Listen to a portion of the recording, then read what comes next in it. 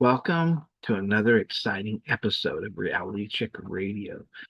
I'm your host, Tracy Gates, and in this episode, we will be debunking flat Earth biblically, historically, and scientifically.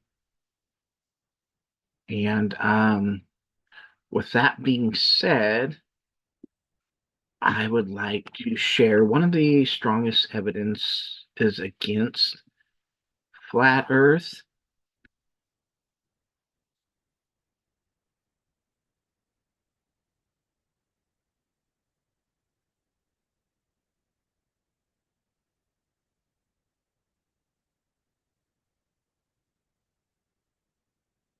Give me 1 second here.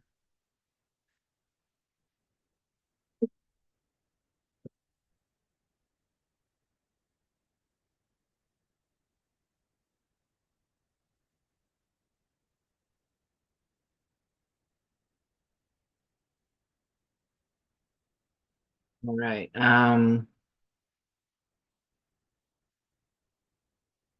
One of the strongest evidences against flat Earth is the fact that if you were to go to the southern hemisphere or the South Pole, you would literally observe the stars making clockwise circles, or they would appear to be spinning clockwise due to the Earth's rotation. And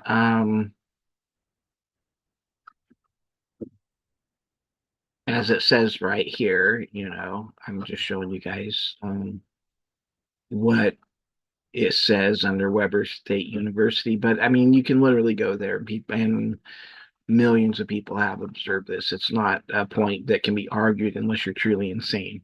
So when you're at the South Pole or the Southern Hemisphere, the stars spin clockwise.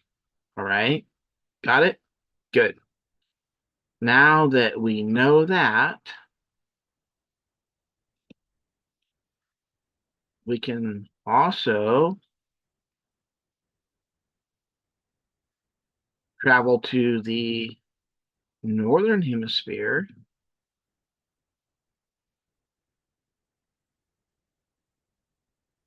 where we will observe the stars spinning counterclockwise. Okay, this information brought to you by brainly.com and millions of people around the world that live in the northern hemisphere. So you literally have what, 8 billion people in the world? So we have 4 billion people that can testify to this truth, and we have 4 billion people that can testify that the Earth spins the opposite direction in the southern. I mean, the stars spin the opposite direction in the southern hemisphere. This alone is it can this alone completely debunks flat Earth. If you're on the flat Earth, which is a giant flat circle or square, depending on what flat earther you're talking to, um, then you're on the surface of a flat earth looking up, and basic common sense and logic would let you know that if you were looking up, no matter where you're at on this flat earth, if you're looking up at the stars, everyone's going to observe the stars spinning in the same direction. Everyone on the flat earth is going to have the same observation because you're all looking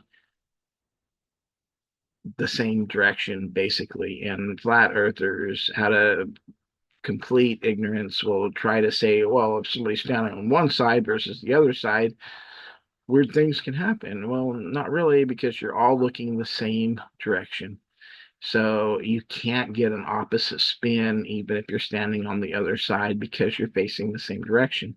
So that, in my opinion, is strong evidence that the Earth is not flat, and it's also strong evidence of the complete ignorance of flat Earth believers. Flat Earth believers have made up their mind for whatever their reasons are. Some are biblical, some think they're being scientific, some think they're sticking true to what they observe with their eyes, and your eyes can't lie to you, and so on and so forth. But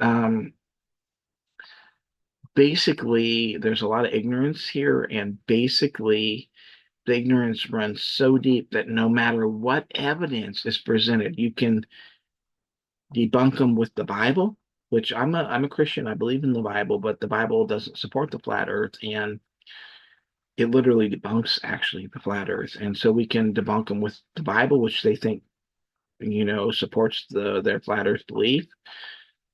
Scientifically, like I just did with the direction the stars seem to be spinning, whether in the northern or southern hemisphere, they're easily debunked scientifically. And I don't know what else to say. So that being said,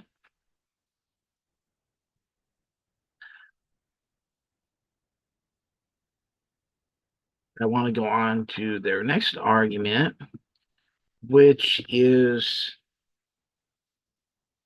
the fact that the Earth spins at 1,000 miles an hour or thereabouts, approximately 1,000 miles an hour. And which we see here by study.com, the Earth spins, about 1,000 miles per hour. And so the flat Earth argument that they make out of sheer ignorance is that if the Earth spins at 1,000 miles an hour, we would feel it, right? And how do the oceans stay in their basins if the Earth spins at 1,000 miles an hour? And they laugh out of their ignorance, and they think that they actually have something here. But what they're not taking into consideration, number one, gravity, number two, the size of the Earth.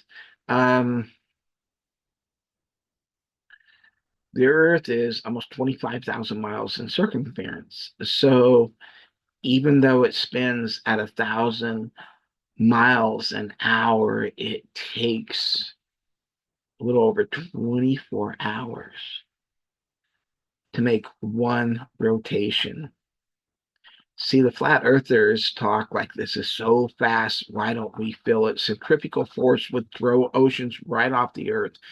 Well, how much centrifugal force are we talking about here? To give you an example in the correct perspective, look at the hour hand on your clock. Watch it for 12 hours. Let me know how fast, after 12 hours of watching that hour hand go around and make one rotation, let me know how fast that seems to you. Let me know how much centrifugal force you think that's generating. And then slow it down half again, because you just watched one rotation of that hour hand. That hour hand needs to make two rotations to equal one spin of the Earth, to equal one 24-hour day. It's so slow that's almost unobservably slow. It's almost like you wouldn't even notice any spin at all. That's how literally slow it is. The centrifugal force is irrelevant because there's almost none that would be generated by one spin in 24 hours. And that's at 1,000 miles per hour, because that's how big the Earth is. It literally makes one rotation in 24 hours. Watch your hour hand go by twice. Sit there and watch it for 24 hours and tell me how fast that seems to you and how much centrifugal force you think that's generating. See how dumb you guys are? Literally ignorant. I would say it because I don't want to insult you. I don't know if it even matters at this point, but um, because you guys insult everybody else as if you guys are onto something, So anyway, but yeah, we're talking about one spin in 24 hours, and you guys think that you're onto something. Oh, 1,000 miles per hour. Well, that's what you're getting at 1,000 miles per hour. One revolution every 24 hours. Not significant, even enough to create centrifugal force with any meaning. So your argument there falls flat and is completely debunked. Another argument that flat earthers like to use is they take the Bible out of context without understanding creation by God's design, and they think that there's a hard dome covering directly over the earth, which there isn't. They think that the sun, moon, and the stars, well, I believe actually they think the sun and the moon are below. Well, I mean, depending on what flat earther you talk to, they all think something slightly different almost, it seems. But a lot of them think the sun and the moon are below the hard dome, but the stars are above it. And like I said, depending on what flat earther you're talking to, it could be anywhere in between or whatever. But if there is a hard dome directly above the earth, it certainly would come between the earth and the stars.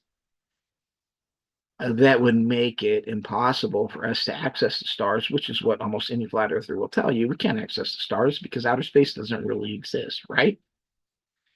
And these guys, most of them will claim to be Bible believers.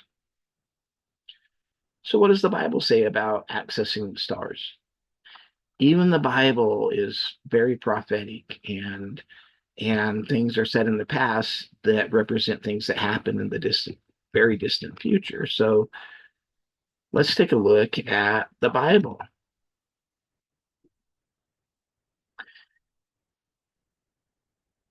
In Obadiah 4, verse 4, the Bible says,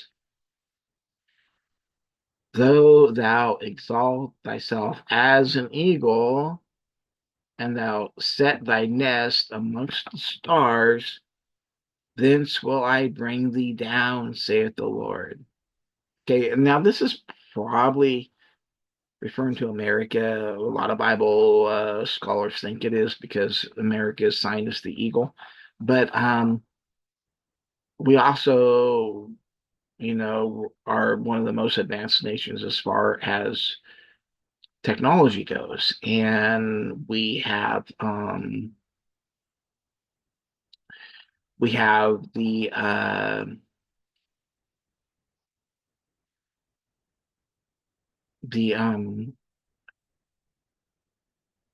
International Space Station, and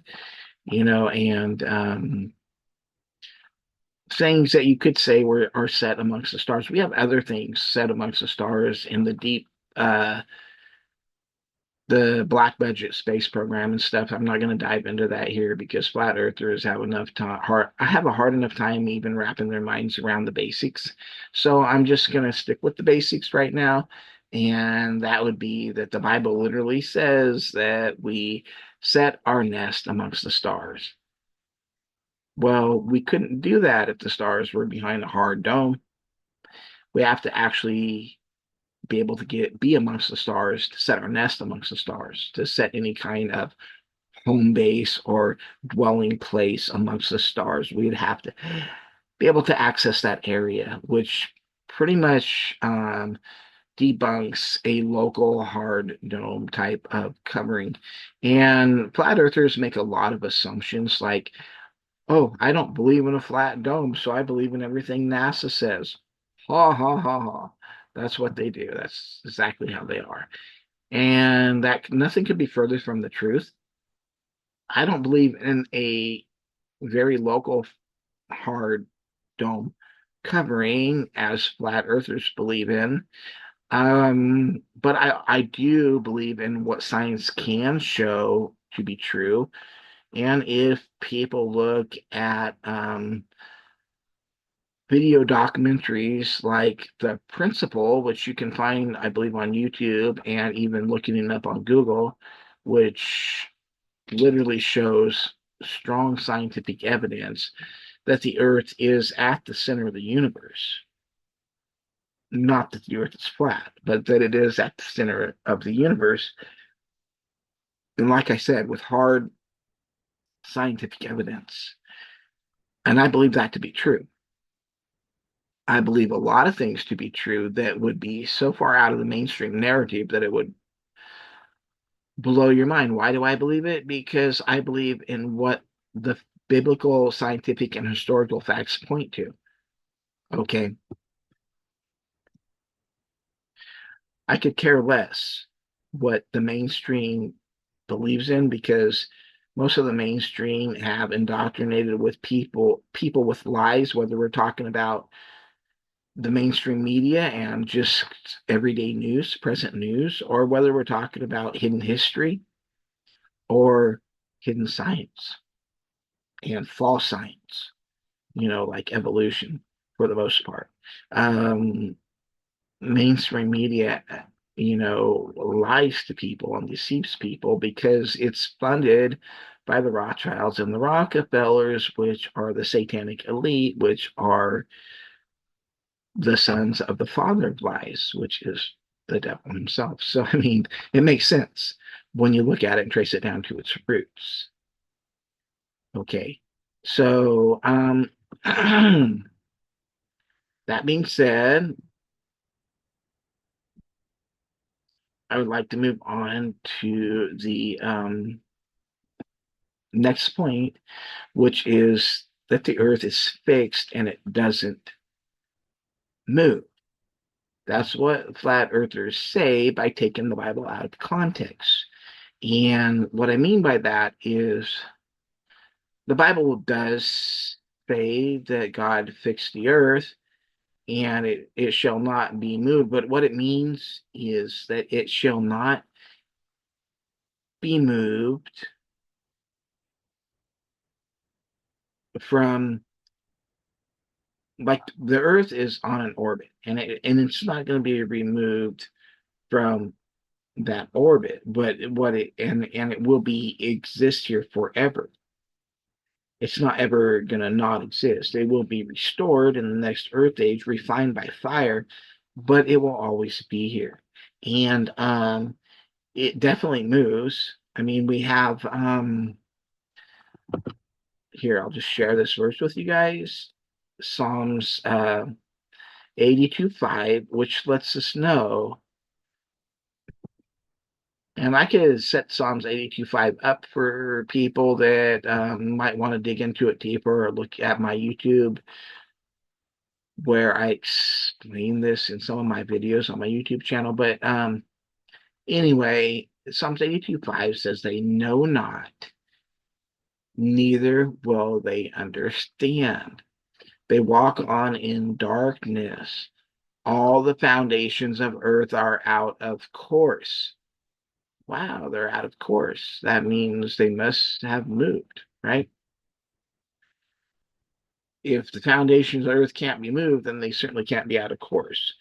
So the flat earthers that say the earth can't be moved must be taking something out of context, and they are. Um, the King David literally told us in Psalms 62:1, and I'll share that with you.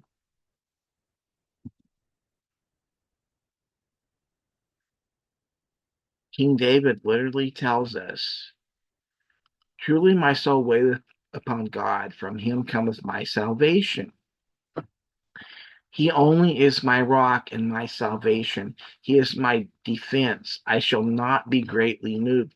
And what King David means here is that Jesus is his salvation, his rock, and he's not going to be moved or swayed from that belief system, from that faith. he will not be removed from that faith. This is the King James Version, and that is why it's so important to read things in the Geneva Bible or the King James Version, one of the original translations before translations just started basically taking on their own meaning. Because if you were to look at this in, say, a different translation like the NIV or even the other translations, what you're going to get is a whole different meaning per se. And I'll give an example of that. Okay, here it seems to say what the flat earthers claim. Yes, fix the earth firm, immovable. Psalms 104:5, the same verse I just quoted to you. Thou didst fix the earth on its foundation so that it never can be shaken. But I just quoted you a verse from Psalms 82:5 that says the earth definitely moves and all the foundations of the earth are out of course. So is the Bible contradicting itself? No. This this translation is out of context. That's why it's so important to go back to the King James Version so we can get the correct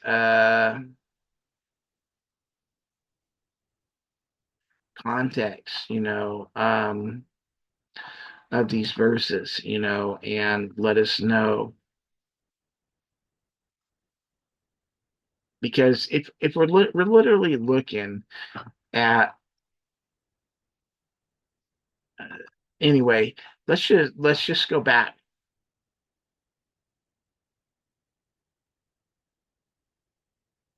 to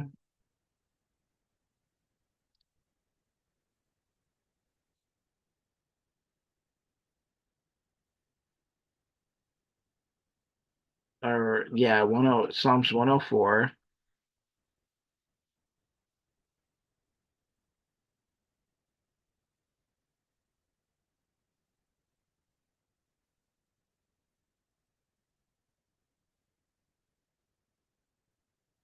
And let's look at that in the King James Version.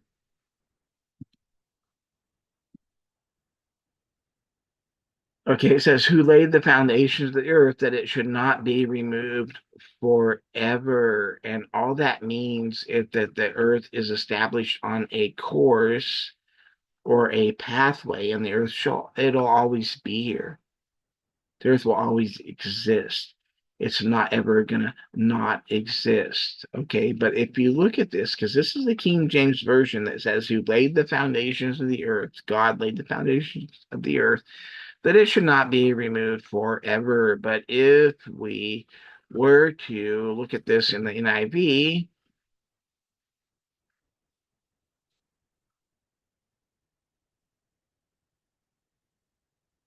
we would find out that it says, he set the earth on its foundations, it can never be moved. That's a totally different thing. It's taken out of context, and it's not what the King James Version says. The NIV is literally saying that God set the earth on foundations that can never be moved, which several verses in the Bible prove that the earth can and does move. The foundations, even of the earth, can and do move. And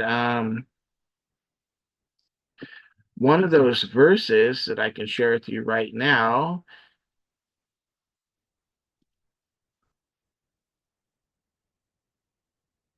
is Isaiah 24:20, King James Version, which says, the earth shall reel to and fro like a drunkard, and shall be removed like a cottage, and the transgression thereof shall be heavy upon it, and it shall fall and not rise again. Okay, but it's basically saying that the earth will rock to and fro. Okay, it's moving. It's literally moving. Okay, so this completely debunks the verses that the flat earthers take out of context, because if you even look at other verses in the Bible, they will let us know that the earth lasts forever. The earth will be here forever. Okay. So it moves. We have earthquakes, obviously. We have cataclysmic events, meteorite strikes, things, asteroid strikes, things that cause the earth to move, to rock to and fro like a drunkard, like I just shared with you guys. But it also, the Bible is also very clear that the earth will be here forever. And it says that in Ecclesiastes 1:4, that generations will pass away. One generation passeth away, and another generation cometh. But the earth abideth forever. Okay. So that's literal proof that the earth will be around forever, but no evidence for a flat earth.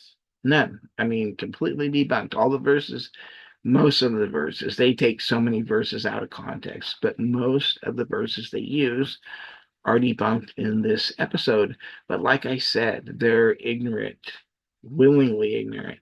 And it doesn't matter how much evidence that we bring forward, they will choose to be ignorant, and they will not, it doesn't matter. And there's proof of this.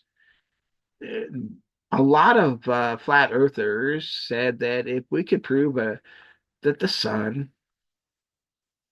was visible 24 hours a day in Antarctica, that would disprove the flat earth. Because if you look at the flat earth model, then over here, it shows an ice wall around the earth, all the way around the earth. Now we know that most of the earth, excluding the northern and southern direct hemispheres, like the North Pole and the South Pole, we know that the earth has night and daytime. Okay. So if there literally was an ice wall around the edges of the entire earth, it would make it impossible to observe a 24-hour sun, because the sun has to be somewhere in here to light up one side of the hemisphere or the other. And even on a flat earth, the model doesn't work, because we know that one side of the hemisphere or the other is lit up. So if we can see a 24-hour sun in Antarctica, which is all this around the edges, then necessarily the whole earth would have to observe a 24-hour sun, or flat earth has some serious issues, because there wouldn't be any possible way for Antarctica around the edge here, the ice wall around the edges, what all flat earthers believe in, could observe a 24-hour sun. Most flat earthers acknowledge this. Most flat earthers said that it's not possible to even take a trip to Antarctica because of the elite deception and blah, blah, blah, blah, blah. Okay. And a lot of flat earthers said that if it could be proven that there was a 24-hour sun, they would admit that flat earth was false. But if you know flat earthers like I know flat earthers, it doesn't matter how much evidence you provide to them. They're shills. They have their minds made up. It doesn't matter. It's like the Bible verse that where, who was it? Where the guy that was in Hades pleaded to the Lord, and he said, raise somebody from the dead. Certainly, if they saw this person raised from the dead, then they would believe. And God said, even if they witnessed this person being raised from the dead, they would not believe. This is basically what the experiment that they what was this experiment called? Hold on, I'm spacing it. It was called the final experiment. And flat earthers basically believed that this experiment would prove that they were correct, that it's impossible to show a sun 24 hours a day because it doesn't fit in their model. However, if you know flat earthers like I do, you know that even if they were shown this evidence, they would come up with something. It was fake. Excuse me. And somehow, it was all falsified or whatever, because it doesn't matter what you show these people. It doesn't matter if they saw literally somebody raised from the dead. They wouldn't believe because they're deceived by Satan, their father. So that brings us to the literal flat earth experiment.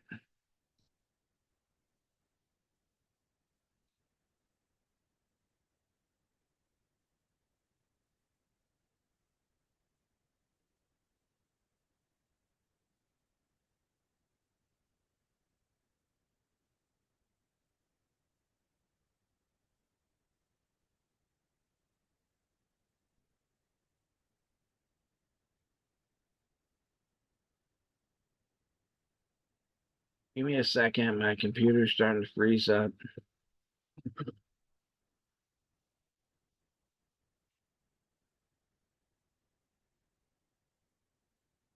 Welcome to the final experiments. The final experiments are a preponderance of evidence against flat Earth. And the final experiments all confirm the globe. These experiments were all conducted in December of 2024 when 4 flat earthers and 4 globers went on a journey with me, Will Duffy, to Antarctica. We spent time in Punta Arenas, Chile, which is at the southern tip of South America, before flying to Antarctica. This entire trip allowed us to conduct historic experiments and collect data firsthand from an area of the world that few people will ever have the opportunity to visit and do this themselves. Prior to my announcement of the final experiment in early 2024, a vast majority of flat earthers, with very few exceptions, promoted the Gleason's map of the world, which is an azimuthal equidistant projection. This map had the North Pole at the center and pushed the south to the outer perimeter of the known world. This made Antarctica an ice wall perimeter around all the world's continents, and it served to hold in all the world's oceans, as flat earthers claim water must have a container. It also extends the entire southern hemisphere into a larger and larger area where on the globe, everything south of the equator gets closer and closer together. This made being at the southern tip of South America and Antarctica the perfect place to test flat Earth claims and also confirm the globe predictions. Every single flat Earth claim failed. Every flat Earth prediction was demonstrably false. The final experiments are meant to be taken collectively, just like evidence in a court of law. Undoubtedly, flat earthers will attempt to discredit individual experiments we did, while at the same time ignoring the rest.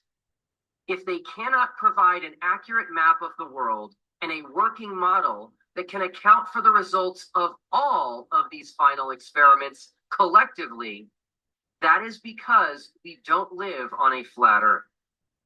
If they try to say these experiments are not actual experiments, but only observations, that is because they cannot reconcile our findings with a flat Earth. If they say that flat Earth does not make predictions, that is because making accurate and testable predictions based on a flat Earth is impossible, because a flat Earth does not exist.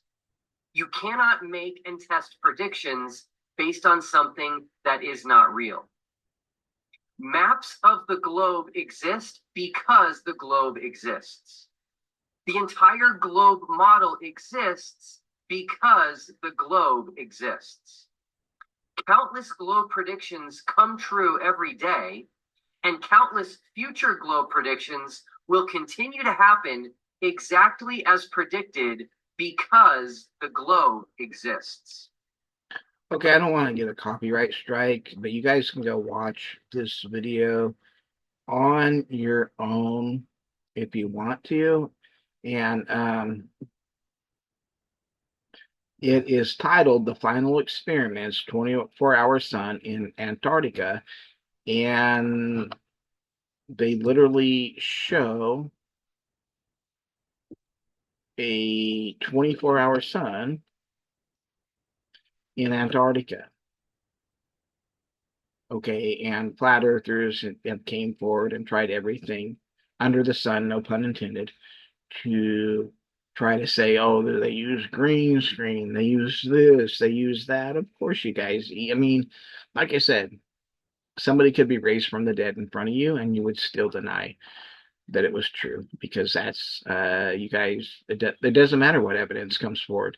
You guys proved that with the final experiment. You guys literally like 3/4 of you guys said if that showed a 24-hour sun that you admit flat earth was false, and then instead of admitting flat earth was false, you turned on your own 4 or 5 flat earthers, I forget how many it was, that went to Antarctica and then told you they observed the 24-hour sun, and you guys were like, oh, they're shills, they're bought out, they're turned against flat earth, they're liars. No, they're just being honest with you guys and telling you what they observed, and you guys are shills and liars and dishonest. And I mean, I've been debunking flat earth probably longer than anybody else has. I've debunked and debated people that are some of your biggest names in flat earth. I mean, some of your biggest names. What was it? Bob Shinogle or whatever his name was, that literally wanted to prove that the earth had no rotation. So he rented a, what was it, $20,000 digital gyroscope to prove that the earth didn't move, only to find out that the earth rotates at 15 degrees per hour, which equals 20 or equals one full 365-degree rotation in 24 hours, which is exactly what the globe earth predicts. So Bob here, trying to prove the earth was flat and doesn't move, ended up proving that the earth actually does rotate and move by the high dollar gyroscope that Bob rented to debunk the globe earth. Another example. But you guys, you flat earthers, are in denial, complete denial. You think that you're somehow more biblical or more righteous for being in denial of the facts. I mean, no, you're not. You're just simply ignorant and in denial. And I don't care. I know there's a lot of people that follow me or even that subscribe to this channel. Follow me on Facebook, subscribe to my YouTube channel that are flat earth believers. And if you have to be so ignorant that you have to just turn your back to truth, then you can turn your back to the truth I share and you can unsubscribe because it's probably best for you because you need to fulfill your own destiny. And I can try to convince you of the truth of God's word, of the truth of real science, not NASA, but real science, and show you these things, the truth of real history, which is more profound and more amazing in ways that would shatter the paradigm that we are taught and told by mainstream media. I don't go with mainstream media. I go with the truth in history, science, and the Bible. And flat Earth isn't one of them. That's just the facts. Some of the things I do know are true are so far beyond the paradigm of what we're taught in public school systems and through mainstream media that a lot of people can't wrap their minds around it. But because the science points to it, because true observations in history and the Bible points to it, I do believe it. Flat Earth doesn't fall amongst those beliefs, okay, because there's too many things that prove that it's incorrect. That being said, I want to share, due to my own understanding that the Lord's blessed me with and my own observations, what I do believe. Okay, I believe that our solar system, out to probably what they refer to as the Oort cloud, is what people and even science, whether they know it or not, refer to as outer space. And why do I believe that? I believe that because the Bible talks about Rahab, which is a planet that used to exist between Mars and Jupiter, and all the scientific data, observable data, and historical data confirms this. Okay, there's a thing called the Titus-Bow law of planetary spacing, which shows us that there's a certain amount of space between all the planets in our solar system. However, there's a gap between Mars and Jupiter that shouldn't exist. And in this gap, we observe the asteroid belt. The Bible says that God dashed Rahab into pieces. A lot of people that don't understand this will try to say, oh, that's just referring to the Rahab of Joshua's time that helped the spies during the wall of Jericho. No, it's not. It's a different name in the Hebrew. This Rahab actually means hidden history, hidden places from long ago. It's talking about the planet that used to exist between Mars and Jupiter that no longer exists and should be there according to the Titus-Bode law. This planet, God says, was dashed into pieces, and now we see an asteroid belt there. Not only that, but Mars, which is the nearest body on one side of the asteroid belt, has over 80% of its impact craters on one side of Mars hemisphere. And people that have studied this confirm that this happened in less than 30 minutes. So there was something in the Rahab that exploded and caused Mars to have over 80% of its impact craters in a short time on one hemisphere. Go to the other side of the asteroid belt, and you have the closest object that you have is a moon of Saturn called Iapetus that makes one rotation in every 80 days. So it would have absorbed this impact on one side. As we observe, Iapetus today on one hemisphere is completely charred black, and on the other hemisphere, it's completely okay. This is extreme evidence that this was a real event that happened. What's more is that if you look through a telescope, you can clearly see the planets in our solar system. They don't look diluted, they don't look washed out. If you buy a telescope, I don't care what flat earther you are, who you are, buy a good telescope, look at Saturn, look at Jupiter. They look crystal clear. They do not look like you're observing them through water, the upper water, firmament. Okay. They don't look like that because they're not. They are part of what you guys don't believe in, which is called outer space. Okay.